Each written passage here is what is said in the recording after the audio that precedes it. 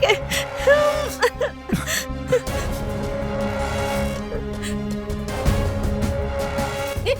এটা কি অসভ্যতামি? হ্যাঁ, এটা কি করছিলে তুমি? এইভাবে ভালোবাসে? আমি 3 মাস পরে এসেছি। তুমি জানো আমার কত ইচ্ছে করছে। যেরকম তুমি আগে করতে সেরকমই করো না। এসো।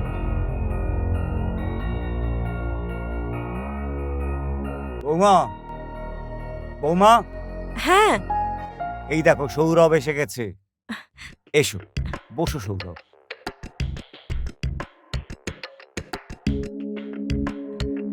ডাক্তারবাবু তো বললেন যে অ্যাক্সিডেন্টের পর মুখটাকে চেনাই যাচ্ছিল না, কিন্তু কিন্তু ডাক্তারবাবু এমন সার্জারি করলেন যেমন আগে ছিল ঠিক তেমন এখনই আছে।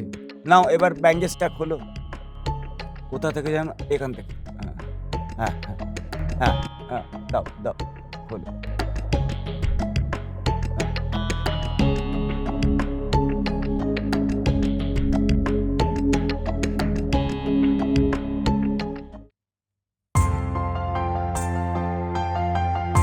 আমি তো সত্যি বিশ্বাস করতে পারছি না তুমি ফিরে এসেছো। দাদা, ডাক্তার তো ঠিকই বলেছিল, একদম হুবহু এরকমই দেখতে লাগছে। আমার স্বামী ফিরে এসেছে আমার কাছে। আমি খুব খুশি দাদা, আমি অনেক খুশি। আচ্ছা, একটা কাজ করো। হ্যাঁ। এখন তো এসে গেছে, এখন তো রোজই দেখা হবে। আচ্ছা, তুমি এরম করো, তুমি এই কি খেতে ভালোবাসে তুমি জানো তো সেটা? হ্যাঁ জানি। কফি তৈরি করে আনো। ঠিক আছে, আমি এক্ষুনি নিয়ে আসছি। হুম। এই না কফি।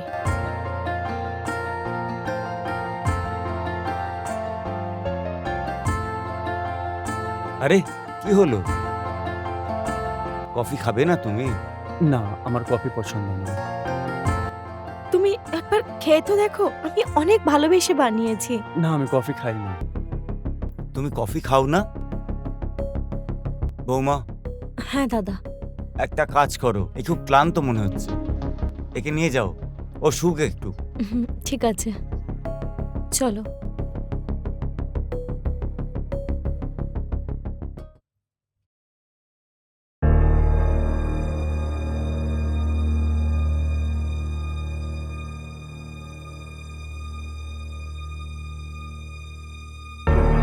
এটা কি করে হতে পারে? সৌরভ সারাদিন খেতে না পেলেও চলে যেত,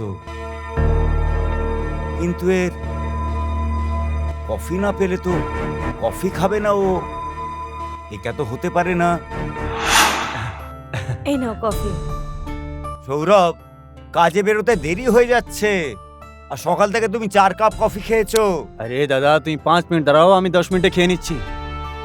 5 মিনিট দাঁড়াবো, 10 মিনিটে খাবে? হ্যাঁ। কি দাদা, আপনি কি এটা জানেন না ও কফি কত খেতে ভালোবাসে? বউয়ের থেকে বেশি তো কফিকে ভালোবাসে।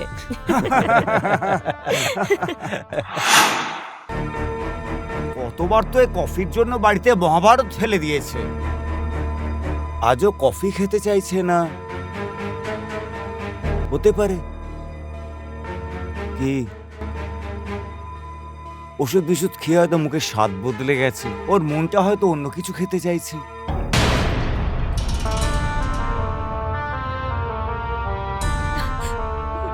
করছো তুমি? হ্যাঁ, এটা কি অসভ্যতামি? এইভাবে কেউ ভালোবাসে? তুমি তো এরকম ছিলে না। তোমার কি হয়েছে বলো আমাকে, কি হয়েছে তোমার? আমি এরকমই ভালোবাসি। তোমাকে ঠিক করতে হবে। আমার স্বামী এরকমও জিনিস করতো না, তুমি কেন করছো এরকম? আমার লাগছে। তুমি জানো, আমি তোমাকে এত ভালোবাসি যে তোমাকে এরকম কেউ ভালোবাসবে না। আমিও তোমাকে অনেক ভালোবাসি। সত্যি? সত্যি। আমার দেবী বলো, আমি 3 মাস পর এসেছি। তুমি জানো আমার কত ইচ্ছে করছে। হ্যাঁ, তো এটা একটু ভালোবেসে তো করতে পারো, তাই না? তুমি আমার স্বামী, আমি তোমাকে মানা করছি না কোনো কিছু করতে। তাহলে এসো না। যেরকম তুমি আগে করতে সেরকম করো না।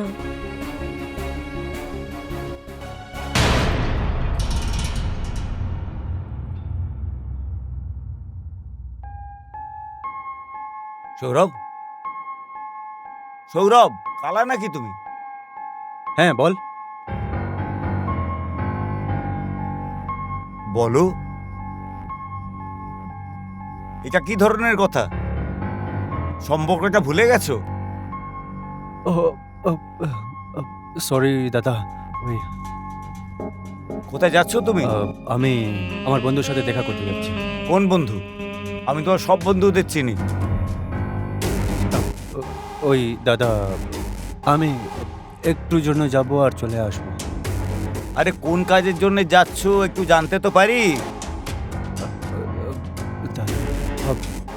দাদা আমি তোমাকে বলছি আমি আসছি, ঠিক আছে?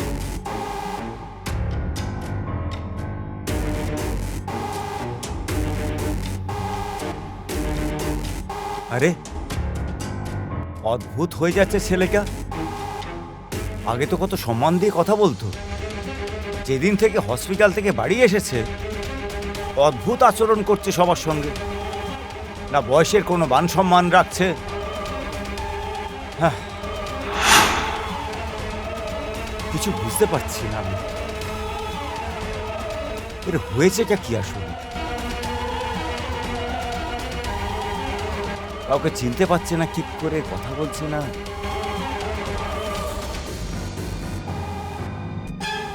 দাদা ও কোথায় গেল? আর এই তো বাইরে যাব বলে বেরিয়ে গেল। আমি কফি নিয়ে এসেছিলাম ওর জন্য। ও বাইরে চলে গেল আর তুমি কফি নিয়ে এলে। তো ও কিছু বলে যায়নি কোথায় গেছে? আমি কিছু বুঝতে পারছি না ওর ব্যাপারটা। ওকে দেখে খুব অদ্ভুত লাগছে, আগের মতো তো নেই মানুষটা। ও দাদা, সন্দেহ তো আমারও হয়েছিল কাল রাতে। কি হয়েছে? আমি কি করে বলবো বুঝতে পারছি না। মানে? ও দাদা, এরকম মনে হচ্ছিল যে ও আমার স্বামীই নয়, এমন জানোয়ারের মতন অসমাধান করছিল আমার সাথে। এই দেখুন না, তার চিহ্ন। জানোয়ারের মতো? এর আগে তো কখনো এরকম জিনিস করেনি। আমাদের মধ্যে কত ভালোবাসা ছিল, ভালো সম্বন্ধ ছিল, কিন্তু কাল যখন ও এলো আমি অবাকই হয়ে গেছিলাম ওকে দেখে, ওর এইরকম বদলানো বিহেভিয়ার দেখে। সেটাই তো আমি বলছি তোমায়। আজ সকালে আমি যখন ওকে ডাকলাম, ভালোভাবে কথা না বলে আমার সঙ্গে আমাকে বলছে বলো কি কাজ আছে। আরে এরকম করে কথা বলেছে আপনার সাথে ও?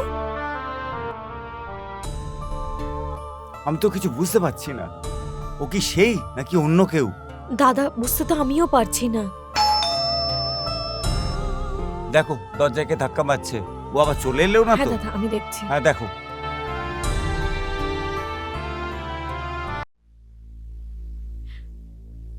আসুন, নমস্কার। হ্যাঁ নমস্কার। আরে ইয়েস, কেমন আছো তুমি? হ্যাঁ অনেকদিন পরে এলে। কেমন আছো তুমি বলো? আমি খুব ভালো, খুব ভালো। অনেকদিন পরে এলে না, কিন্তু বসো। হ্যাঁ হ্যাঁ হ্যাঁ বসছি। এইখানে কি দরকারে? হ্যাঁ ওই পেছনের বিল্ডিং এ এসেছিলাম তো ইনভেস্টিগেশন করার জন্য, তাই ভাবলাম তোমার সঙ্গে দেখা করে যাই। আর সব ভালো? হ্যাঁ সব ঠিক আছে একদম। আরে বৌমা, আমি কি বলছি, এক কাপ খুব ভালো করে একটা চা বানাও এর জন্যে। হ্যাঁ আমি এক্ষুনি নিয়ে আসছি। হ্যাঁ হ্যাঁ, আর সব বলো। ব্যাস সবই ভালো আছে বুঝলে, তুমি বলো। আরে আমি শুনলাম যে তোমার ভাই যে হারিয়ে গেছিল সে আবার ফিরে চলে এসেছে। কোথায় ছিল আরে- এতদিন? আরে 3-4 মাস ধরে খুঁজে পাওয়া যাচ্ছিল না, আর এটা তো আমরা ভাবছিলাম যে আদৌ বেঁচে আছে না নেই। আর হঠাৎ ডাক্তারের ফোন এলো যে তোমার ভাইয়ের অ্যাসিড অ্যাটাক হয়েছিল, অ্যাক্সিডেন্ট হয়ে গিয়েছিল। তো আমি ওখানে গিয়ে ওকে নিয়ে এলাম, দেখলাম ডাক্তার খুব ভালোই ছিল, ও প্লাস্টিক সার্জারি করেছে আর হুবহু যেমন আগে ছিল তেমন। কিন্তু একটা খুব সমস্যা হচ্ছে, কি? ছেলেটা আগের মতো আর নেই। নিজে থেকে কথা বলতো, লোকের সঙ্গে গল্প করতো, বাড়িতে ওঠা বসা, সবার সঙ্গে কথা বলা, সব চেঞ্জ হয়ে গেছে। কিচ্ছু বুঝতে পারছি না যে ওর আসল হয়েছে কি। কি বললে? Acid attack? কবেকার কথা এটা? আর ওই 22 ডিসেম্বরের সন্ধেবেলা কোন জায়গায়? ওই বিজনর চৌমাথার ওখানে। বিজনর চৌরাহা, আরে এটা তো আমার এরিয়াতেই আসে, কিন্তু ওখানে তো এরকম কোনো ঘটনা এরকম স্টাইলে। আর যদি অ্যাসিড অ্যাটাক হয় তাহলে খুব রেয়ার কেসেই হয়। ওখানে পুলিশ যাবেই যাবে, পুলিশ কমপ্লেন হবেই হবে। হ্যাঁ, ওই কোনো পুলিশের প্রসিকিউর তো ছিলই না। আর এই পুলিশকে ডাক্তার ডাকলো আর আমি ওকে ডিসচার্জ করিয়ে নিয়ে এলাম। বাহ ভাই বাহ, এটা খুব বাজে করলে তুমি। উইদাউট ইনভেস্টিগেশন কোনো অচেনা ছেলেকে নিজের বাড়িতে রাখোনি তো? আরে না রে ভাই না, ও তো আমার ছোট ভাই। তুমি যেরকম বলছো যে অচেনার মতন ব্যবহার করছে, চিনতে পারছে না, খাওয়া দাওয়া থাকা সবার সব বদলে গেছে। আরে তোমরা এই পুলিশের লোকরা না সব সময় সন্দেহ করো। আমার কথা শোনো, নিজের ভাইয়ের অরিজিনাল আধার কার্ড নাম্বার আর যে ছেলেটা বাড়িতে এসেছে যেরম ভাবেই হোক ওর ফিঙ্গারপ্রিন্ট নিয়ে এসে দিয়ে দাও আমাকে। আমি কালকে সিবিআই ল্যাবে গিয়ে দুজনের ফিঙ্গারপ্রিন্ট আর আধার কার্ডের নাম্বারটা মেলাবো। যদি ম্যাচ করে যায় তাহলে ও তোমার ভাই, আর যদি ম্যাচ না করে তাহলে বুঝে নিও নিশ্চয়ই কোনো গন্ডগোল আছে, যে তোমার বাড়িতে ঢুকে কোনো অপরাধ করার সুযোগ খুঁজছে ও। ঠিক আছে ঠিক আছে, আমি চুপি সাড়ে ওর ফিঙ্গারপ্রিন্টটা নিয়ে নিচ্ছি। যদি এদিক ওদিক কিছু হয় তাহলে আমার ভাইয়ের সমস্যা হবে। হ্যাঁ অবশ্যই অবশ্যই, আমি কাল নিয়ে আসছি। আরে ভাই, বড় বাবুর ফোন আসছে আমার কাছে, আমায় আর্জেন্ট বেরোতে হবে। আরে চা তো খেয়ে যা। সরি ভাই, আমায় বেরোতে হবে, পুলিশের ড্রেস পরে রেখেছি, ওদের হিসেবে আমায় চলতে হয়। আচ্ছা তাহলে কালকে আধার কার্ড নাম্বার আর এই ছেলেটার ফিঙ্গারপ্রিন্ট যেরম ভাবেই হোক নিয়ে থানায় চলে ঠিক যাও। আছে ঠিক আছে, আমি ঠিক আছে। আসছি।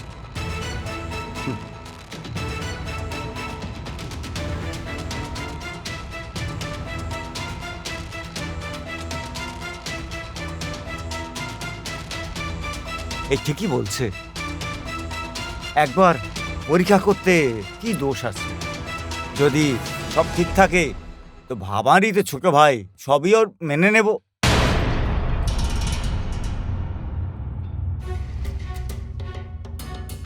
কি করছো গো তুমি? হুম, বলো না কি করছো? কাজ করছি। আচ্ছা শোনো না, এই দেখো সঙ্গু তো কেমন গন্ধটা, ঠিক আছে। আমি তোমার জন্য নিয়ে আসি, লাগাবে তুমি? না, তুমি এত রেগে কেন কথা বলছো? আমি রেগে কথা বলছি না। ভালোবেসেও তো কথা বলতে পারো তাই না? হুম, এদিকে শোনো না, হুম, আমি কি বলছিলাম,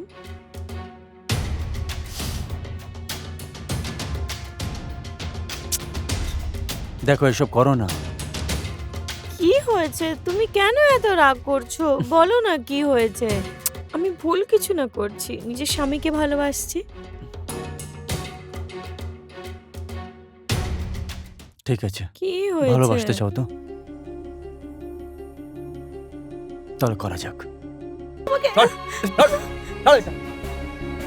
দাদা, আপনারা ভালো হয়েছে, আপনারা এসে গেছেন। বহুরূপী দেখুন না, হতচ্ছাড়া, তুই আমারই বাড়িতে এসে আমার চোখে ধুলো দিচ্ছিস। বৌমা, তুমি যা ভাবছো ও তা নয়, ও সৌরভ নয়, ও কোন অন্য লোক। আপনি এসব কি বলছেন দাদা? আপনি নেশা করেছেন নাকি? ও তো আমার স্বামী, এরকম হতেই পারে না। আমি সত্যি বলছি, আমি 16 আনা সত্যি বলছি। জিজ্ঞেস কর ইন্সপেক্টর সাহেবকে। একদম আমি ঠিকই বলছে, এ একজন অচেনা লোক, এ কোনো কারণেই আপনাদের বাড়িতে এসেছে। আরে কেন এসেছে নিজের মুখে বলবে, কারণ ফরেন্সিক ল্যাবে আপনার বরের আধার কার্ড নাম্বার দিয়ে এর ফিঙ্গারপ্রিন্ট একদমই ম্যাচ করিনি। তোকে তো আমি বল, আমি সত্যি জানতে চাই, কে তুই? বল আমার সাথে ধরে নয়। কেন এরকম করলি? আয়, হতচ্ছাড়া, আয়, বল বল তুই কে? হ্যাঁ, ইন্সপেক্টর সাহেব, একে আপনি জিজ্ঞেস করুন। এ নিজেই সব এই। কিছু বলবে। আমি সত্যি জানতে চাই, তুই কে? বল, বলছিস না কেন? বল। আমার নাম রোহন, আমি একে ভালোবাসি। তুমি আমার ভালোবাসায় রাজি হওনি, তাই বাধ্য হয়ে আমাকে সরব হয়ে আসতে হয়েছে। আমাদের সৌরভ কোথায়? সৌরভ তো অনেকদিন আগেই মরে গেছে, আমি তোমার বরকে মেরে ফেলেছি। তুমি তুমি আমার ভালোবাসাকে না বলেছিলে, আমাকে ছোট লোক মনে করে লাত মেরে কোথাও তাড়িয়ে দিলে। আমি আমি কি সব করিনি তোমার জন্য? শুরু থেকেই তোমার যা যা ইচ্ছে সব পুরো করেছি। এত ভালোবেসেছিলাম তোমাকে, কিন্তু তুমি আমাকে ছেড়ে একটা একটা বড় বাপের ছেলের সাথে বিয়ে করে নিলে।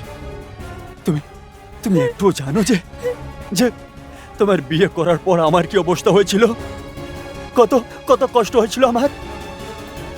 তারপর যখন আমি জেনেছি যে সৌরভ কোথাও বাইরে গেছে, আমি সুযোগ দেখে ওকে মেরে ফেললাম। আর তারপর নিজের মুখটাকে পুড়িয়ে, শোনো ম্যাডাম, তোমার ভালোবাসার জন্য নিজের মুখটাকে পুড়িয়ে সৌরভের মতন করে নিয়েছি। হত ছাড়া, তুই আমার ভাইকে মেরেছিস, হত ছাড়া, আমি তোকে শেষ করে দেব। শান্ত হয়ে যা তুমি। এ যা করেছে তার শাস্তি পাবেই অবশ্য। আমি এর ভালোবাসার জন্য তোমার ভাইকে কি, আমি তোমাকেও মারতে পারি। আমি তোকে শেষ করে দেব ইন্সপেক্টর সাহেব, যাতে আমার হাতে কোনো অপরাধ না হয়ে যায়। একে শিক্ষা দাও, একে সামনে থেকে নিয়ে যাও। আমি ওকে শেষ করে দেব। সময় থাকতে নিজের মুখে সব বলে দিলে, নাহলে এখানে অনেক কিছু হয়ে যেত। এবার তুই ওই জায়গার নামটাও বলবি যেখানে এর ভাইয়ের লাশটা রেখেছিস। ওই জায়গায় নিয়েছ আমাকে। চ চ। শোনো, এক তো তুমি আমাকে কখনো আগে বলনি যে তুমি আমাকে ভালোবাসো, আর আমি শুনেছি যে লোক ভালোবাসায় নিজের প্রাণ দিয়ে দেয়, তার খুশির জন্য সবকিছু করে ফেলে। আর তুমি কি করলে? ভালোবাসায় আমার সংসার বরবাদ করলে। তোমাকে আমি চেয়েও কখনো ভালোবাসতে পারবো না, কখনো না। চলে যাও এখান থেকে। চ চ চ, এবার তোর সময় শেষ। ইন্সপেক্টরকে কঠোর শাস্তি দেবে, এ চামড়া তুলে নেবে তুমি।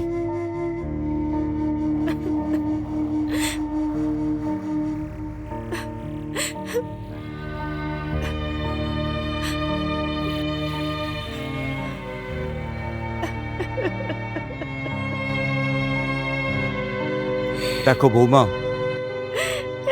এবার নিজেকে একটু সামলাও। যার চলে যাবার আছে তাকে তুমি আটকাবে কি করে? আমি তো ওকে 3 মাস আগেই মৃত বলে ভেবেছিলাম। মাঝখানে ছোট্ট একটা আমি আশার আলো যেন দেখতে পেলাম মনে হলো। আমি ভাবলাম আমাদের সব ঠিক হয়ে গেছে, কিন্তু আমরা কি করে জানবো যে একজন বহুরূপী এসে আমাদের ঠকাতে চেষ্টা করবে? দেখো, এখন তুমি নিজেকে সামলাও। এখন তোমার কি বয়স হয়েছে? আমি তোমার বাবা মার সঙ্গে কথা বলবো, কোন একটা ভালো ছেলেকে দেখে তোমার আবার বিয়ে দিয়ে দেব। জীবনটা যে অনেক বড় রে বৌমা, এইভাবে চলে না। না দাদা, আমি ওকে ছাড়া 3 মাস আমার জীবনে কাটিয়ে নিয়েছি। এখন আমার আর কাউকে চাই না। আমি করতে চাই না বিয়ে। আমি ওর বিধবা হয়েই থাকবো। একটা সময় আসে যখন, বয়স যখন হয়, আমাদের কারুর সঙ্গ দরকার হয়ে যায়। সেই জন্যই বিয়ে থার দরকার হয়, বুঝলে? সন্তানদের দরকার হয় যারা বৃদ্ধ বয়সে দেখবে আমাদের। সেই জন্য আমি তোমাকে বলছি, বিয়ে করো। আবার অপরের দিকে দেখো না, নিজেকে দেখো, নিজের ঘর স্থাপন করো।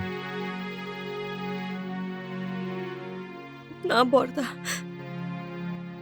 আমি এটা করতে পারবো না। আমাকে ক্ষমা করে দিন।